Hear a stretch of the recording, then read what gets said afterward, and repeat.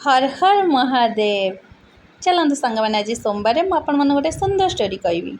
दिनकर कथा प्रभु महेश्वर और माता पार्वती बाहर नंदी वाहन धरी भ्रमण से मैंने जाइए पहुँचले प्रथमे गोटे ग्राम सेठिकार लोक मैंने कहले कि निर्दयी लोक देख पशुटा को एत कष्ट दौरान। यह शुणला माता कहले प्रभु तमें बस मुझे चलिकी जाऊँगी।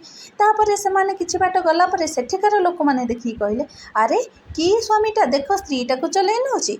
या शुणिला प्रभु कहले पार्वती तमें आईने बस मु चलिकी जाऊँगी। से पुणी कि बाट पहुँचला सेठिकार लोक मैंने देखिले कहले किए लोक देख कि स्त्री बोलकर लोकटा स्त्री की बसई निजे चलिकी जापर। माता और प्रभु डिसाइड कले एबे आमे चलिकी जापर।